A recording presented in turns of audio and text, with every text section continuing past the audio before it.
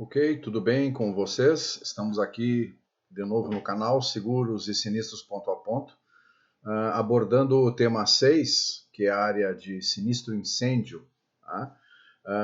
Com um vídeo bastante importante,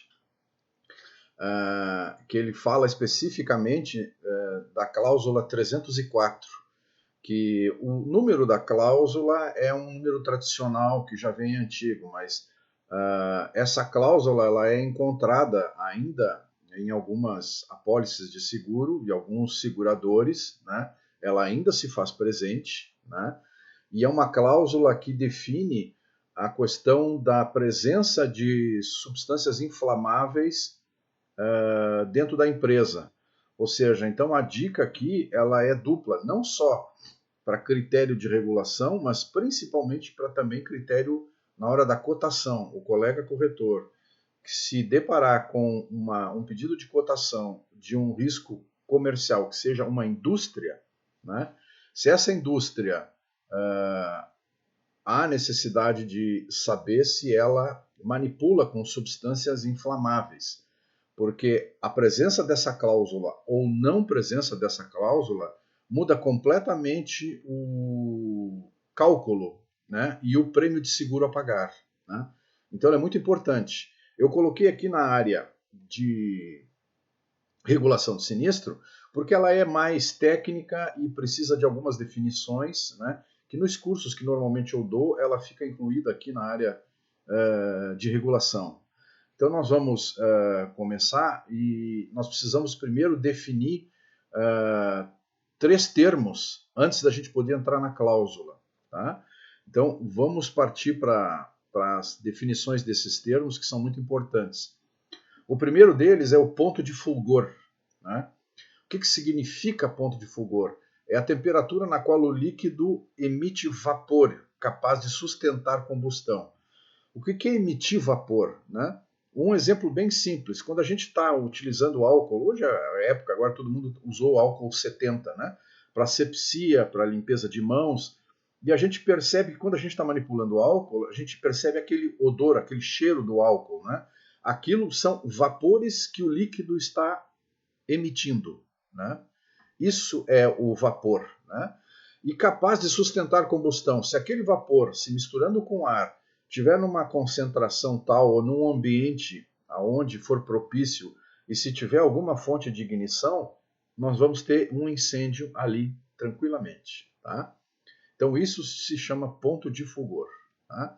Agora vamos definir produto inflamável e produto combustível, tá? O produto inflamável é todo produto que possui aí o ponto de fulgor, ou seja, aquele momento em que ele começa a emitir vapor, né, gases, né, inferior a 70 graus. Tá? Ou seja, nós, via de regra, estamos numa temperatura ambiente de 24 graus. Ou se está muito quente, 30 graus, 30 e poucos graus.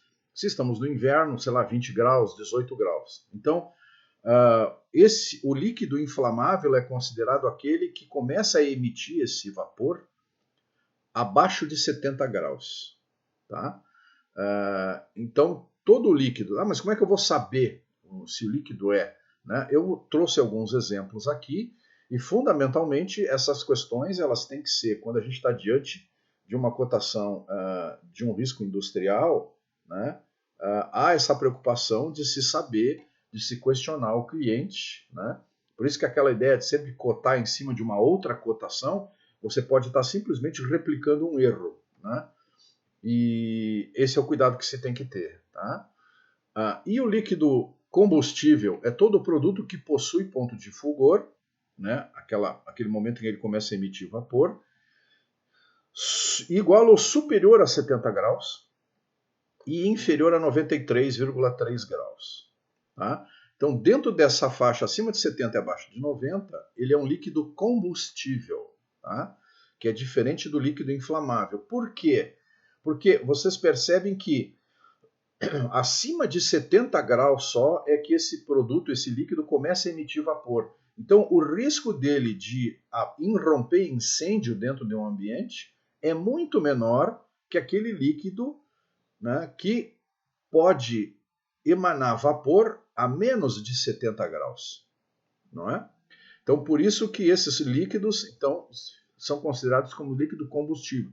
São menos perigosos, tá? Em relação ao incêndio. Tá? Vamos ver alguns exemplos que a gente possa apresentar aqui para vocês. Por exemplo, o etanol, o álcool 70, que esse a gente está bem habituado aí nos últimos 2 anos, né? O etanol tem um ponto de fulgor de 16,6 graus. O que significa isso? Significa que a temperatura de 16, pouco mais de 16 graus, ele já está emanando vapor. Ou seja, nós estamos num ambiente a 24 graus, o álcool já está emanando vapor.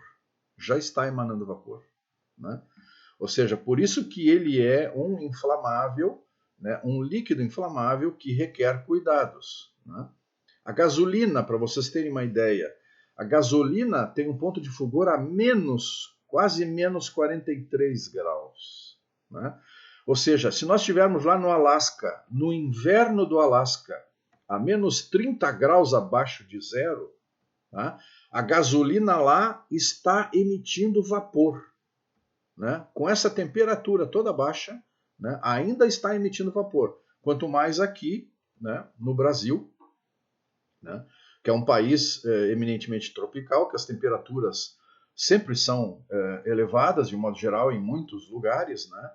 A gasolina, então, via de regra, ela está sempre emanando vapores. Né? Então, a gasolina frente ao álcool é um líquido inflamável muito mais perigoso. Né? O diesel, tá, tem um ponto de fulgor superior a 62 graus. Né? Então, se comparado com a gasolina, por exemplo, ou com o etanol, ele já é um líquido, né? No caso, ainda considerado inflamável, porque ele emana vapores abaixo de 70 graus, mas é menos perigoso que a gasolina, né? E menos perigoso que o etanol, mas todos os três são líquidos inflamáveis. Né? E aí, uma novidade, o biodiesel, que agora está sendo acrescentado, misturado a uma porcentagem, se não me engano, de 7% dentro do diesel, né? O biodiesel, que aqui para nós ele é fruto da obtenção de matéria vegetal, normalmente é a soja, né? Ele tem um ponto de fulgor de acima de 130 graus. Então, já não é mais considerado um líquido inflamável. Né? E ele vem em favor, digamos assim, da menor periculosidade quando ele é misturado ao diesel, porque aí nós ficamos com um produto cujo o ponto de fulgor ainda é mais superior que os 62 graus com diesel puro. Né? Ou seja, torna ele menos perigoso em relação ainda aos riscos de incêndio. Né? Por isso é essa preocupação dos seguradores, quando se tratam de indústrias, né, procurar saber. E como é que se sabe isso? Nos mecanismos de cotação, quando se coloca os dados do cliente e se faz a classificação, normalmente aparece em algum lugar a questão envolvendo o uso de substâncias. Tá? E aí eles perguntam, né, inclui a cláusula de inflamáveis ou não inclui cláusula de inflamáveis, né? Por isso que quando se tratar de indústria, o produto que vocês estiverem cotando, né, existe uma preocupação, abram as condições gerais desse produto e deem uma examinada. Eu sei que as condições gerais, via de regra, a menor condição geral que eu peguei aí tem 100 páginas e a outra tem 140 páginas, né? Mas vocês têm que localizar se existe. Tem produtos que seguro que não precisam saber disso. Tá? Agora, a maioria dos seguradores cuidam dessa cláusula, né, que antigamente no IRB era chamada de cláusula 304. Na Bradesco, por exemplo, produto de empresarial da Bradesco, é cláusula 102. Né? Por que isso? Porque no momento em que a gente disser para o cotador, para a seguradora, não tem líquido inflamável, né, o custo cai da cotação, principalmente da cobertura básica, que é incêndio. Agora, se nós dissermos que tem produto inflamável, né, o custo vai subir. Né? Então, se nós cometermos um equívoco e apresentarmos uma cotação equivocada e se por um acaso irromper um sinistro de incêndio, tá? Na hora da regulação, o regulador vai fazer esse levantamento, essa pesquisa, né, para procurar fazer o enquadramento. Tá? E aí nós vamos ver as consequências disso agora no próximo slide. Aí está o texto. Tá? Até hoje, praticamente nada mudou nesse texto. Tá? Esse texto aí tem uns 40 ou 50 anos e praticamente não mudou nada. Tá? Eu vou só ler o cabeçalho, porque o restante ali são só listas de produtos, de substâncias inflamáveis. Tá? Diz assim, ó, fica entendido e acordado ser terminantemente proibida a existência, emprego ou produção de qualquer quantidade das seguintes matérias e substâncias no local ou locais ocupados no risco pelo segurado. Aí ele começa a listar acetona, butila, metila, todos são substâncias inflamáveis, tá? Todos são substâncias. E ainda lista alguns explosivos, tá? Ou seja, no momento em que você diz assim para a seguradora, ó, tem a cláusula de inflamáveis, né? Ou seja, vai contemplar a cláusula 304, por exemplo, você está informando ao segurador que o cliente não possui esses produtos. Tá? Agora, no momento em que você disser e remover essa cláusula, sem a cláusula, né, você está indicando que há os produtos. Né? Então, esse é o cuidado que se tem que ter, porque o que acontece se houver esse erro, né, esse equívoco de análise, né, no produto, tá? Na apólice na hora da regulação, vai acontecer isso. Ó. O texto também se permanece. Fica outro sim entendido e acordado que a inobservância dessa cláusula implicará, em caso de sinistro, na redução da indenização. Ou seja, não vai implicar na negativa, tá?